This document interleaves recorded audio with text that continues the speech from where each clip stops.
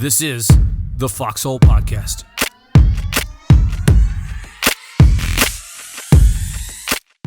Welcome back, Jimmy Arocho, to the Foxhole Podcast. For those of you who may have missed Jimmy's first appearance on the show, he is a retired Army Sergeant, first class. Yes, I didn't stutter. He's a Gulf War veteran and a research associate at Nova Southeastern University's Gulf War Illness Clinical Trials and Interventions Consortium. Because we're in the military, we always create an acronym, and in this case, it's called the GWICTIC. Jimmy has a unique perspective on health and wellness, and he's here today to talk to us about what those are to him. We break those down into several areas: clinical wellness, exercise, mental health, finances, and nutrition. If you're listening to this podcast, we're covering this time clinical wellness, but in future podcasts, stay tuned. We're covering each of those other categories. Welcome back to the awesome and great Jimmy Arocho. And that's kind of why I wanted you to come on, Jimmy. After our last conversation, I thought there was a lot of things that you had experience with that we could talk about. And as I was thinking about Gulf War veterans and just veterans in general, it was becoming kind of clear to me that there's these things about wellness as a whole, our clinical health, our, exercise, our mental health, our finances, nutrition, something I call spiritual. And I'll define that as kind of our relationship with others and our service back to a community is sort of spiritual, if you will, not to be confused with religion. And I was hoping that we could just talk about those kinds of things. In your journey, things that have worked well for you and things that you've seen work well for other veterans. So this it kind of gets at this whole idea of just helping veterans in general, but in our particular generation, Gulf War veterans, be better. Yes. Because we can be better. A lot of it's just tweaking some little things to start moving ourselves in a different direction. Absolutely, I love it. I love it. You have a keen view on life, and it's something to pick up on and go, hey, you know what? I like that. I like what he's saying. I like what he's introducing, and you know what? I can incorporate that in my own life. That'll help. That'll lead to maybe some quality of life. How about that? Yeah, exactly. And I'll say this, that I definitely don't, I think in times of, if we talk about this sort of stuff, I'm happy to share my own experiences and struggles and self-disclose some of the things that are going on with me. But I don't ever want to come off. I kind of want to level set that come off as self-righteous, like I figured this out. I haven't. It's a struggle. It's a struggle every single day. It hurts every day.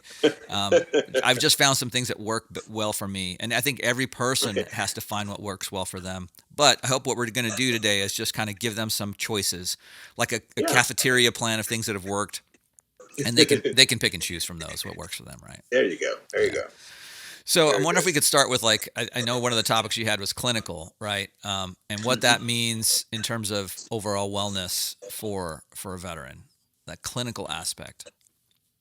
Very good. I like that, Gabe. I like just starting with clinical, and what clinical is about is about your primary doctor, and it's about your team. It's about it's about the folks that you trust to take care of you in your life. And for most of us, and if you don't mind, I'll stick to the VA model, the VHA model, the Veterans Health Administration, which is our VA hospitals. Sure. But this isn't far removed for those that choose to have civilian doctors. I don't want anybody to believe that, oh, this guy's just pro VA all the way. But the VA is out there to take care of, especially for us that are service-connected disabled. Part of the promise was that we would be taken care of. So, and I expect that, and I would expect that many veterans feel the same way. But just to draw out somewhat of a disclaimer that, look, if you're that veteran that says, hey, look, I have a primary care doctor that takes care of me here in my community, they're doing a great job. Lastly, remember, if you intend to make a claim with the Veterans Administration, the Veterans Benefits Administration, the VBA, keep in mind that the VBA is part of the VA and that eventually you need to get all of your evidence into the VA so that they can make a determination. So don't think that you can walk this pathway and not involve the Veterans Administration, then come in the 12th hour and say, hey, my benefits aren't being approved. You have to have your benefits in the system so that those that use the system to make an adjudication have your medical history there available. Is that fair, Gabe? Is that fair to put out there? Totally fair. And I think that's a really good assessment of what we should be thinking about as veterans. Very good. Then from the clinical world, it starts, the VA standardized with this whole idea of PACT, PACT, Papa Alpha Charlie Tango. It's patient aligned care team. It is essentially where our primary care doctor is housed and assigned, as well as her team. Her team could be nurses, it could be interns, it could include the pharmacists, it could include clinical workers, mental health workers. Really an awesome model. And that primary patient-aligned care team is responsible for essentially they do some dispatching, some level of dispatching. And what I mean by that is they will refer you to specialty care, which is important for us Gulf War ill veterans, because we need to move our complaints into the specialty care world. Yeah. So again, the first level of care there is that patient-aligned care team. That's where your primary doctor is. That's that doctor that you should explain to everything that you're experiencing. They should understand your complaint, just the formulation of your complaint. They may not be familiar with your condition or conditions or the presumptives or chronic fatigue syndrome or irritable bowel syndrome or fibromyalgia. They may not have to. If they do not, that's why they have specialty care. Right. Specialty care could be pulmonary, could be neurology, enterology. It could be simply just an environmental health clinician. Think about that, environmental health clinician. So they have, that primary team has in their arsenal a group of professionals called specialty care, in which an astute team would onboard you, take your complaint, document your complaint, and then move you right into specialty care where a deeper determination may be made. And what I mean by deeper determination, this is a powerful thing that I've learned in research. Follow the science. Think about the elusiveness of Gulf War. It's our 30th anniversary, man. And there's still a lot to learn. There's still a lot to be learned by both researchers and then, of course, our science. Follow that science. Our science feeds into the clinical world. So a lot of clinicians are sitting out there going, hey, get it going, research people, because, these veterans have been, they've been out here for 30 years and they've been bringing this to our attention for 30 years. And the DOD knows that, because the DOD is the group that then grants research money to the research organizations, whether it's the VA or an educational institution like Nova Southeastern University, Boston University, which are very active in the research that we're doing inside the Gulf War Illness Clinical Trials Intervention Consortium, just this one consortium that I'm involved with. So very, very, very powerful set of circumstances and very powerful kind of train to follow along. The end game here is just understanding that it's all about the conversation. And when you go to your primary care doctor, you want to be crystal clear. I am a Gulf War veteran, of the 1990-1991 Gulf War, Desert Shield, Desert Storm. As redundant as that may feel, the Gulf War, and the reason for that is because the Gulf War is ongoing today.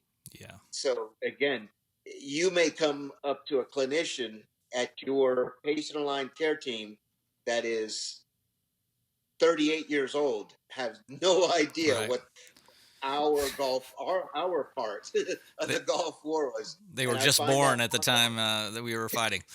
Exactly. Well, let me ask you this question about the clinical side, because I think this is important. I was talking to a buddy of mine today who I was actually stationed with. It was another corpsman who was assigned with me, and he's developed some symptoms, and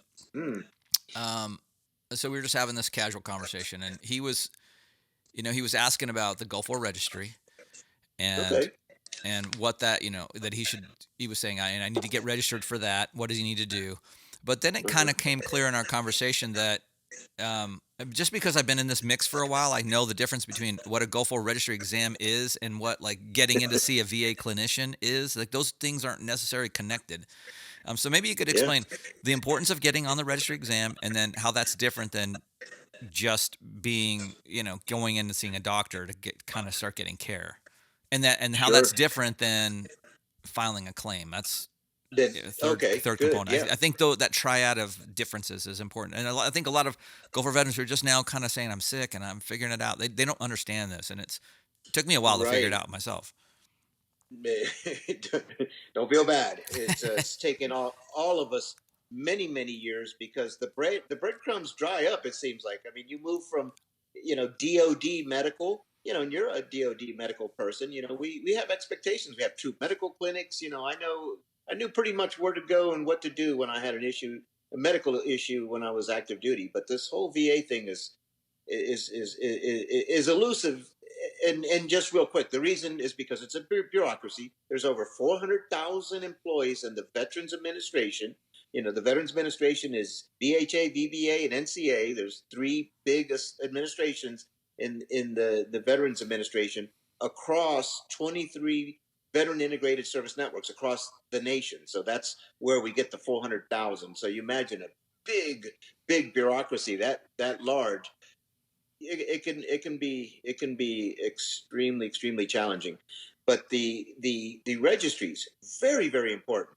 So the registries are an automated way for us as a Gulf War veteran to share a snapshot of our medical concerns with the Veterans Administration. So the Gulf War Registry, which by the way we can get to these all at home in the privacy of your own home, log on e-benefits website, and you can complete a Gulf War registry. It does include a free Gulf War registry health exam. Freebie is just provided. I won't use the word free because nothing's free, but it's provided for us. This is part of what we're entitled to. Very important, very important. Also, if you were involved with, around, exposed to burn pits, same thing. Just go ahead and sign up for the burn pit registry. Yeah, that's good. And Gabe, I'll give you a little snapshot. These registry signups are reviewed by a compensation and pay adjudicator. They're reviewed. They may not make the final determination. So some veterans stop there. They go, okay, well, Jimmy, I just filled out this registry. I'm good. They should call me up and say, hi, you got Gulf War illness. You need to go to room 333.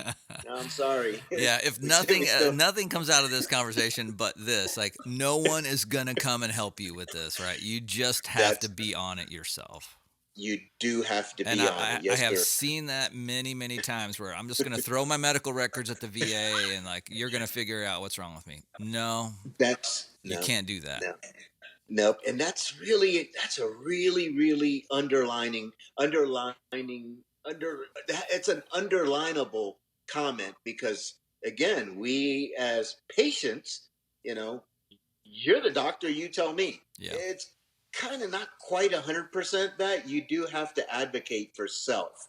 Now, when you do those registries, you do some pretty cool things happen in the back office or in the response area. Essentially, your primary aligned, your patient aligned care team does get a notice. That doctor gets a notice, and actually, she gets flagged when you fill out that registry. And the flag is for an environmental health clinician, and that is an automatic. You just went straight to specialty care just by doing the registry. So here, yeah, it's pretty slick. So I get a lot of veterans. They say, Jimmy, I can't stand going in there. It's these lines and it's just terrible. It's terrible. But you at home, fill out that registry exam and your primary doctor is she'll be flagged and she will send you to that environmental health clinician. That environmental health clinician is extremely important because, first of all, it may require you to travel to that clinician because they're usually at all the healthcare systems. They're at that level. So they're not going to be down at the community-based outpatient clinics. These are, Right. specialty care doctors that are at the proper tier. So if they say, hey, look, you're going to have to travel to make this appointment, do your best. Really do your best. Get another buddy, talk to your spouse, go up there as a team. But it's worthwhile for you to travel to that.